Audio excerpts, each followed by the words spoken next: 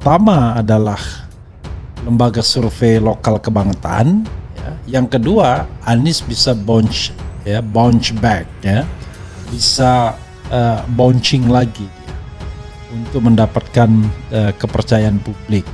Tapi apapun itu, gap-gapnya ya nggak gitu-gitu amat lah.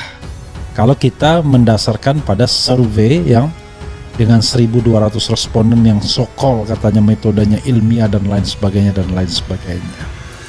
Jadi Jokowi justru melihat dirinya itu bisa dikhianati oleh semua orang sehingga dia pasang tempat di mana-mana kan, nyuruh Erlangga supaya pastikan Ganjar masuk dua putaran, kan itu kita bisa baca kan, walaupun kita nggak tahu apa yang terjadi di Golkar, tapi kira-kira begitu tuh Pak Erlangga, Anda pastikan dulu bahwa Ganjar itu masuk putaran kedua supaya nanti saya atur ya, atau Ganjar atau Prabowo. Kan kebaca pikiran Jokowi. Lama-lama pikiran Jokowi yang sebetulnya tadinya sublim makin transparan kan.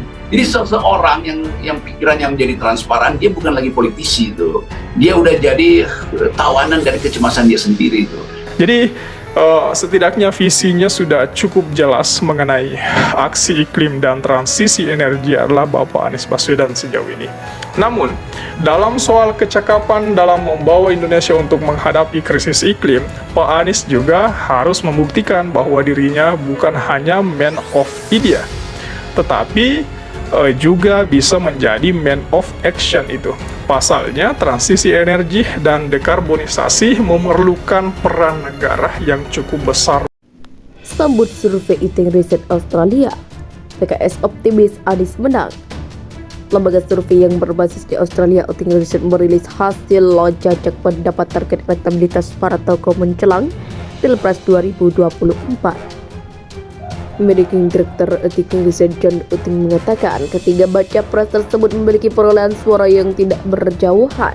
Elektabilitas Ganjar Pranowo tercatat mencapai 34%, Prabowo Subianto sebesar 33%, dan Anies Baswedan 27%. Jubir PKS Pipin Sopian merespon hasil survei tersebut.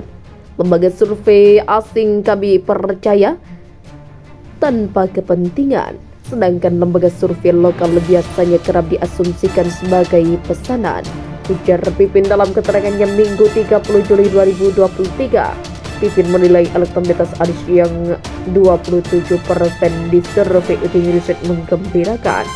Menurutnya angka itu berpotensi naik karena ada 81 responden menginginkan perubahan.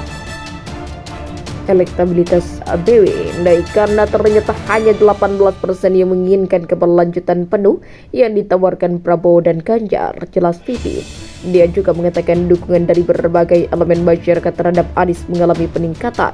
Dia menyebut dukungan datang dari kalangan ulama dan kaum santri, seniman, hingga para pekerja atau buruh. Menurut Pipin, dukungan dari rakyat miskin kota dan warga kampung ke Anies menjadi modal penting. Dia juga menyinggung soal relawan Anies yang terus bergerak mendirikan posko-posko pemenangan di tiap wilayah.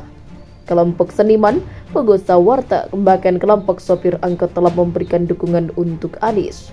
Ini menggembirakan, tutur Pipin. Pipin juga mengatakan dengan kenaikan elektabilitas Anies memberikan keyakinan dan optimisme suara Anies bounce back dan akan terus naik sampai Februari 2024. Dia juga menilai elektabilitas Ganjar yang mencapai 34%, Prabowo 33% saat ini berpotensi disalib Anies.